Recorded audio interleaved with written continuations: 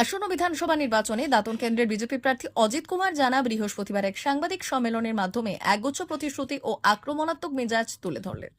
এদিন সাংবাদিক বৈঠক থেকে তিনি মূলত এলাকার বেকার যুবকদের কর্মসংস্থান ও আর্থিক নিরাপত্তার বিষয়টিকেও অগ্রাধিকার দেন। অজিত কুমার জানা ঘোষণা করেন যে বিজেপির সরকার ক্ষমতায় এলে এলাকার বেকার যুবকদের মাসে ৩,০০০ টাকা করে ভাতা প্রদান করা হবে। যতক্ষণ না পর্যন্ত তারা স্থায়ী কর্মসংস্থানের সুযোগ পাচ্ছেন ততক্ষণ এই ভাতা দেওয়ার প্রক্রিয়া চালু রাখার প্রতিশ্রুতি দেন তিনি। নিজের কথার প্রতিফলন ঘটাতে এদিন তিনি বেশ কয়েকজন যুবকের হাতে প্রতীকী প্রতিজ্ঞাপত্র তুলে দেন এবং তাদের নির্দিষ্ট ফর্মও পূরণ করান। পাশাপাশি তিনি প্রতিশ্রুতি দেন যে ক্ষমতায় এলে এলাকায় পুনরায় শিল্প গড়ার মাধ্যমে কর্মসংস্থানে জোয়ার আনবেন। জয়ের ব্যাপারে আত্মবিশ্বাসী এই প্রার্থী দাবি করেছেন যে তিনি অন্তত 10,000 ভোটের ব্যবধানে জয়লাভ করবেন। নির্বাচনী লড়াইয়ের আবহে এদিন তৃণমূল প্রার্থীকে সরাসরি আক্রমণ করতেও ছাড়েননি তিনি। বৃহস্পতিবার তৃণমূল প্রার্থীর সমর্থনে সাংসদ ও অভিনেতা দেবের যে রোড শো আয়োজিত হয়েছিল তাতে কটাক্ষ করে অজিত কুমার জানা বলেন যে তৃণমূলের ওই কর্মসূচিতে সাধারণ মানুষের বিশেষ জমায়েত বা ভিড় হয়নি। তার মতে তৃণমূলের রোড শো কার্যত ব্যর্থ হয়েছে। কিভাবে আসে, কোথায় যায়, এই যে আপনার 10 লক্ষ টাকা করে গ্রামে গ্রামে এসছে, আমি তো কয়েকদিনে শুনলাম তার অর্ধেক টাকা এখান থেকে পুলিশ গাড়ি দিয়ে ওনার বাড়িতে পৌঁছানো হয়েছে। সত্যতা আমি জানি না, কেউ তো আমার সামনে দিনই যায়নি, কিন্তু আমি এটা শুনছি, এটা ঘটনা বা ঘটনা যাই হোক না কেন, এটা শুনতে পাচ্ছি যে এটা হয়েছে। সেটা পরে আমরা যখন আসবো সেটা আমরা এই ক্ষতি দেখবো, যদি এটা সত্যি হয়ে থাকে তার জন্য আমরা তার যেটুকু প্রণয় করবো আইনগত ব্যবস্থা নেব। তৃণমূল একটা দাবি তুলছে যে বিজেপি প্রতিবেশী রাজ্য উড়িষ্যা বিহার থেকে বাংলায় লোক ঢুক আছে এবং টাকা পয়সা সব সরবরাহ করছে। লোক যে আসছে এটা সত্যি আছে। লোক মানে কোনো গুন্ডা বদমাইশ আসেনি। আমার পাশে যিনি বসে আছেন উত্তরপ্রদেশ থেকে এসছেন, উনি একটি কোঅপারেটিভ চেয়ারম্যান। আমার সঙ্গে আরেকজন উত্তরপ্রদেশের এমএলএ এসছেন। এনারা তো আমরা সর্বভারতীয় পার্টি, আমরা কোনো আঞ্চলিক দল নয়। আমরাও অন্য প্রদেশে যাই যখন ইয়ে থাকে, যখন নির্বাচন হয়, যেহেতু আমাদের সর্বভারতীয় দল, যেহেতু একটা প্রদেশে আমাদের বাংলা বিশেষ করে সমস্ত ভারতীয় তাকিয়ে আছে বাংলাতে। তার কারণ হচ্ছে বাংলা আমাদের শ্যামাপ্রসাদ মুখার্জি যিনি এই পার্টিটিকে জন্ম দিয়েছেন, তাঁর কর্মভূমি, তাঁর ওখানকার এই পার্টিটি জন্ম দিয়েছেন, সেই জায়গায় আমরা একটা নির্বাচন চলেছি, আর পরিবর্তন আসতে চলেছে। সেই জন্য সবাই সমস্ত প্রকার কী করে সহযোগিতা করা যায়, কারণ আমরা প্রথমবার শাসন ক্ষমতায় আসবো। তো বিভিন্ন রকম আমাদের যেহেতু এই শাসন ক্ষমতার আসার অভিজ্ঞতা নেই, সেজন্য উত্তরপ্রদেশ থেকে এসছেন, বিহার থেকে এসছেন, মধ্যপ্রদেশ থেকে এসছেন, দিল্লি থেকে এসছেন, ওনারা আমাদেরকে সহযোগিতা করছেন। বিভিন্নভাবে আমাদের কার্যপদ্ধতি দেখাচ্ছেন, কীভাবে প্রচার করতে হবে, কীভাবে আমাদের সাংগঠনিকভাবে বুথ স্তরে এবং ভোটারের কাছে পৌঁছানো যেতে হয়, তার চেয়ে আমাদেরকে চেষ্টা করেছেন। ওনারা সঠিক সময় যখন থাকবে নির্বাচনে চলে যাবেন, আগে পর্যন্ত আমরা সহযোগিতা করতে পারেন, কোনো অসুবিধা নেই। দাদা, সাবরা থেকে একেবারেই আমরা যাদের নেতৃত্বে বিগত নির্বাচনে ভোট লুট, সাপ্তা কিংবা সন্ত্রাস হতো, সেই সমস্ত দুষ্কৃতী দাগীদের তালিকা কি আপনি নির্বাচন কমিশনে দিয়েছেন? আমরা মণ্ডল স্তরে সবাইকে চেয়েছি, একটা প্রাথমিক স্তরের লিস্ট এসছে, আমরা বলেছি ইমিডিয়েটলি সেই লিস্ট দেওয়ার জন্য। আর প্রথম লিস্ট আমরা নির্বাচন কমিশনে দিয়েছি, তার মধ্যে কিছু কিছু কারবাইও হয়েছে, কয়েকজন তোলা হয়েছে, আর কয়েকজন তো ভয় পেয়ে অলরেডি এই ওনার নিজস্ব স্থান থেকে পালিয়ে গেছেন।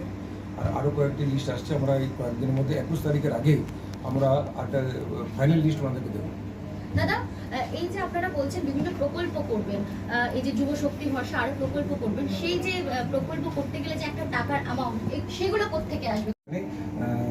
তৈরি করবো, মানে শিল্পাঞ্চল তৈরি করে শিল্প স্থাপনা করবো, তাতে কর্মসংস্থান হবে, তো তাতে কর্মসংস্থান হবে এইভাবে। সেই জন্য আমরা তার মধ্যে অনেকটা আমরা কাজ দিতে পারবো সবাইকে। টাকা আমরা কেন্দ্রীয় সরকারের কাছ থেকে সহায়তা পাবো। গত 12ই এপ্রিল আপনার সমর্থনে মিঠুন চক্রবর্তী প্রচারে এসেছিলেন। আজকে গত 12ই এপ্রিল মিঠুন চক্রবর্তী আপনার প্রচারের সমর্থনে এসেছিলেন। আজকে তৃণমূলের হয়ে এসেছিলেন অভিনেতা দেব। আপনি যেই পথে এবং মিঠুন চক্রবর্তী যেই পথে রোড শো করেছিলেন, আজকেও সেই একই পথেই হয়েছে, কি বলবেন এটা নিয়ে? আপনি ওখানে দেখেছেন কি লোক সংখ্যা কত ছিল?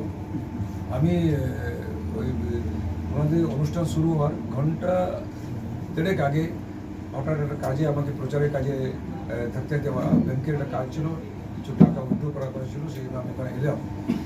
দেখলাম তো গুটি কয়েক লোক ছিল ওখানে। মিঠুনদার যে কার্যক্রম ছিল, লোকে লোকারণ্য জনসমুদ্র ছিল, লোক হাঁটতে পারছিল না। আর ওখানে তো একটা মাঠের ভিতরে কার্যক্রম করেছেন, জানি না, আমি পুরো কার্যক্রম দেখিনি। আপনি যদি দেখে থাকেন আপনারা বলবেন আমাকে যে কতখানি লোক হয়েছে। কোথায় মিঠুনদার, কোথায় ওই দেব, কোথায় দাদা, আর কোথায় দেন, সেজন্য আমার ওটা থেকে শুনে।